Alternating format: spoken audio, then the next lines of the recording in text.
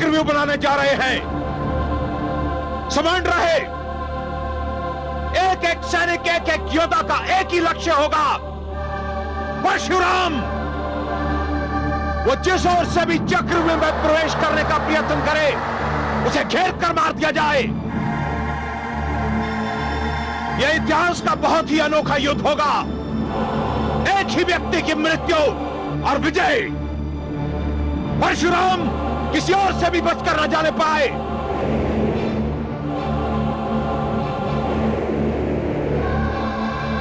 महाराज सहस्त्रार्जुन, युद्ध क्षेत्र तो रिक्त है। यह कैसा युद्ध है? यहां तो कोई प्रतिद्वंदी नहीं है।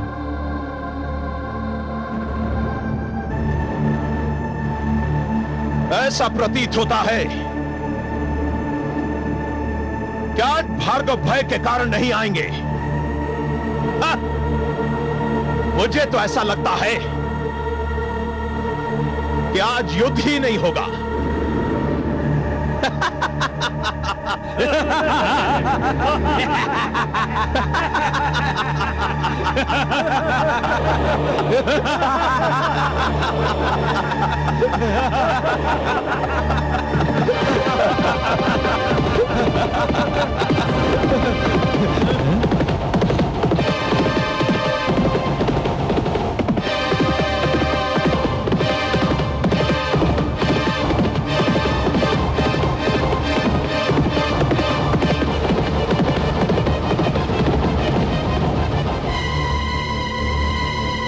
परशुराम, उठा नरेश, आक्रमण करो। मुझे परशुराम का वध चाहिए। आक्रमण! आक्रमण!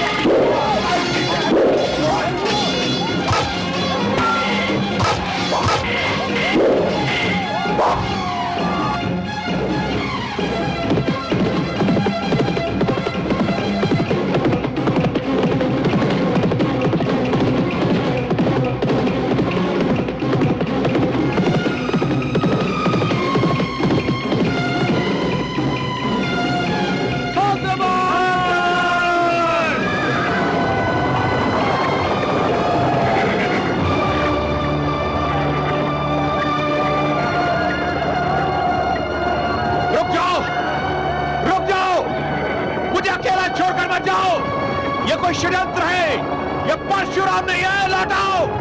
लौटाओ, ये परशुराम नहीं है, लौटाओ!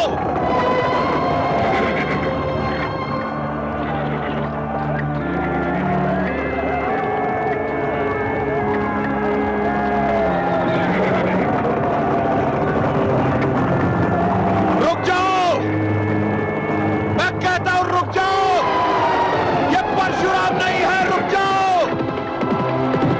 रुक जाओ! रुक जाओ! मुझे अकेला छोड़कर मत जाओ! ये कोई षड्यंत्र है! ये परशुराम नहीं है, लौटाओ! लौटाओ, ये परशुराम नहीं है, लौटाओ!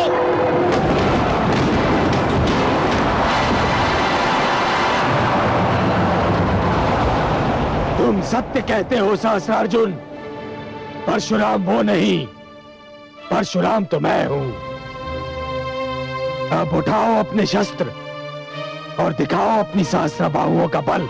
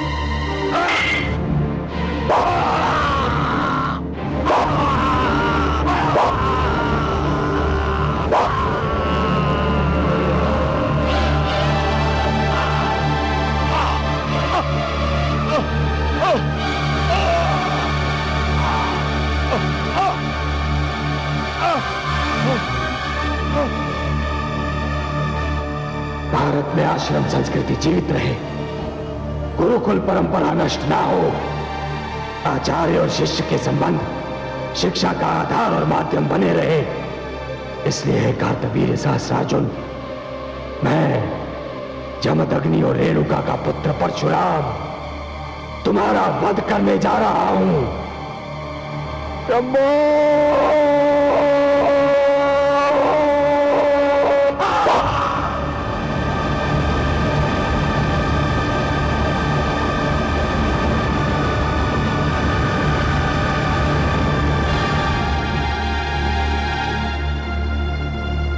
शंभो!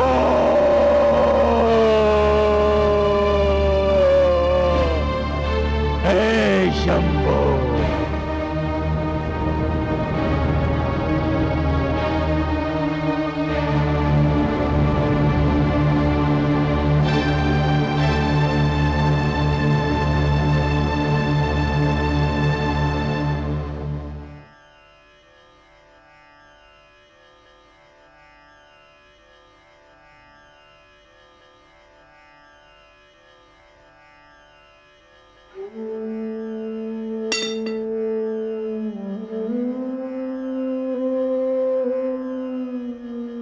हे माता,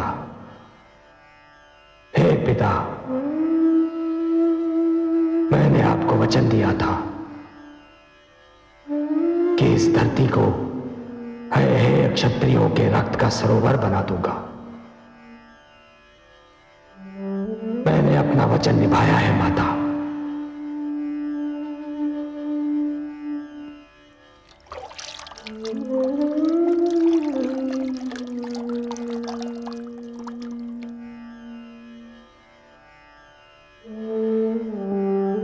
मैं आज उन क्षत्रियों के रक्त से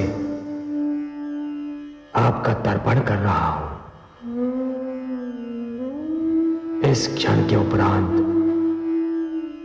मेरा अभियान समाप्त हो गया है। परशुराम एक इतिहास बन गया है माता, परशुराम एक इतिहास बन गया। वो इतिहास जो मानव को यह बताएगा कि अत्याचार का विरोध ना करना अत्याचार को सहयोग देना है। हे देवगण, हे ब्रह्मा, हे शिव शंभो, परशुराम ने अपना लक्ष्य पूर्ण कर लिया। मैंने अपना लक्ष्य पूर्ण कर लिया।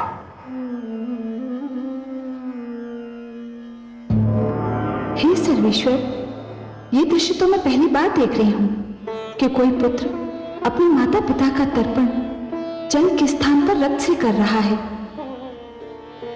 यदि ये परंपरा बनी तो मानव का क्या होगा, संस्कृति का क्या होगा?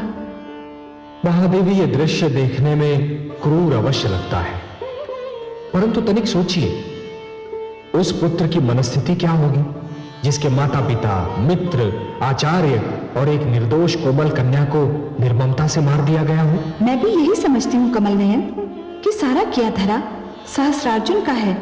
उसने तो अन्याय की हर सीमा लांघ ली है। परंतु हे सर्वेश्वर, सहस्रार्जुन को सहस्त्र बाहुओं का बल आप ही ने प्रदान किया था ना? हाँ महादेवी, पर सहस्त्र बाहुओं का बल मैंने उसे क्यों दिया था, ये तो वो भी जानता था और आप भी जानती हैं। मानव की यही दुर्बलता है महादेवी कि वो कभी कभी अपने वरदान का ऐसा दुरुपयोग करता है कि वरदान देने वाला अपनी देन पर पछताने लगता है। और इसका एक ही उपाय है महादेवी कि मानव को अपने जीवन में इतनी शक्ति दी ही न जाए कि वो दूसरों के लिए अभिशाप बन जाए और मुझे हस्तक्षेप करना पड़े। मैं भी यही कह रही थी जगदीश्वर। मानव को ईश्वर ने सद्बुद्धि दी, जीवन के नियम बताए, न्याय अन्याय, धर्म अधर्म, सत्य असत्य, उजाले अंधेरे की पहचान करा दी, उसे हर रूप से संपूर्ण बनाया। फिर ऐसा क्यों होता है कि हर बार आपको हस्तक्षेप करना पड़ता है? महादेवी, जिस प्रकार सारे घर में उजाला फैलाने वाला दीपक चाहते हुए भी अपने ही पैरों तले का अंधेरा नहीं मिटा सकता, उसी प्रकार समस्त शक्तियों से संपन्न होने के उपरांत भी मानव अपनी ही भीतर की दुर्बलता पर अंकुश नहीं रख पाता। मानव की दुर्बलता यह है महादेवी कि शक्ति पाते ही वो ये सिद्ध करने पर उतर आता है कि जो शक्ति उसके पास है वो किसी और के पास नहीं है, और इसे सिद्ध करने में वो उसी प्रकार अहंकार के जाल में फंस जाता है जिस प्रकार एक पंछी बहेलिए के जाल में फंस जाता है। और फिर जिस प्रकार भोर दोपहर में, दोपहर संध्या में और संध्या रात्रि में परिवर्तित हो जाती है, उसी प्रकार अहंकार अन्याय में, अन्याय अत्याचार में और अत्याचार निर्ममता में परिवर्तित हो जाता है। और तब आपका हस्तक्षेप न करना असंभव हो जाता है। हाँ महादेवी, और फिर मानव की आत्मा से दुखी पुकार उठती है जिसे सुनकर मैं अपने पग रोक नहीं पाता। कमल नयन, आप पग नहीं उठाएंगे तो अनर्थ हो जाएगा। आत्मा की दुखी पुकार परमात्मा ने सुनी तो मानव की आस्था टूट जाएगी, विश्वास चूर चूर हो जाएगा, तम और अन्याय की शक्तियों की विजय हो जाएगी। मानव की तो आप संकट मोचन हैं, सहायक हैं, अंतिम आश्रय हैं। मुझे अपने प्रश्न का उत्तर मिल गया देवेश्वर। अंत हुआ अन्याय का, पूर्ण हुआ अभियान,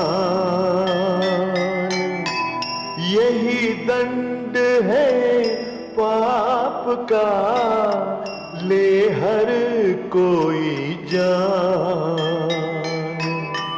जीवन में निर्दोष की कभी न लेना हाय, दुखिया मन की हाय से सारा जग जल जाए, सारा जग जल जाए। जो सुनेगा ये पुराण पाएगा सुख और ज्ञान।